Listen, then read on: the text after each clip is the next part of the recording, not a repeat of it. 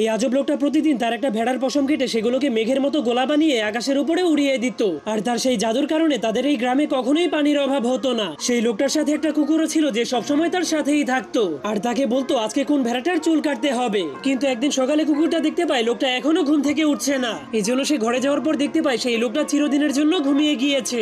যার কারণে সেই লোকটা আর সেখানে না থাকার কারণে সেখানে অনেক বছর ধরে বৃষ্টি হয় না। এই জন্য সেখানকার সবগুলো নদী শুকিয়ে যাওয়ার কারণে সেখানে খরা হয়ে যায়। যার কারণে কুকুরটা ভেড়াগুলোর পশম কেটে সেই লোকটার মতো মেঘ তৈরি করার চেষ্টা করে, কিন্তু সে ব্যর্থ হয়ে যায়। তখনই কুকুরটা দেখতে পায় একটা ভেড়ার পশম অনেক বড় হয়ে যাওয়ার কারণে সেই ভেড়াটা আকাশে উড়ে যাচ্ছে। যার কারণে সে ভেড়াটাকে বাঁচানোর জন্য ভেড়াটাকে ধরে একটা রুমের মধ্যে বন্ধ করে দেয়। এমনকি বাকি সবগুলো ভেড়াকেও সেই রুমের মধ্যে বন্দি করে দেয়। কিন্তু তখনই একটা ভেড়া জানলা দিয়ে বাইরে বের হয়ে গেলে কুকুরটা তাকে ধরার জন্য তার পিছু করতে শুরু করে দেয়। কিন্তু তখনই ভেড়াটা একটা কাঁটাযুক্ত ঝোপের মধ্যে আটকা পড়ে যায়। যার ফলে তখনই চমৎকার ভাবে সেই ঝোপের ভেতর থেকে মেঘ বের হতে শুরু করে দেয়। এটা দেখার পরেই কুকুরটা জলদি করে সবগুলো ভেড়াকেই কাঁটা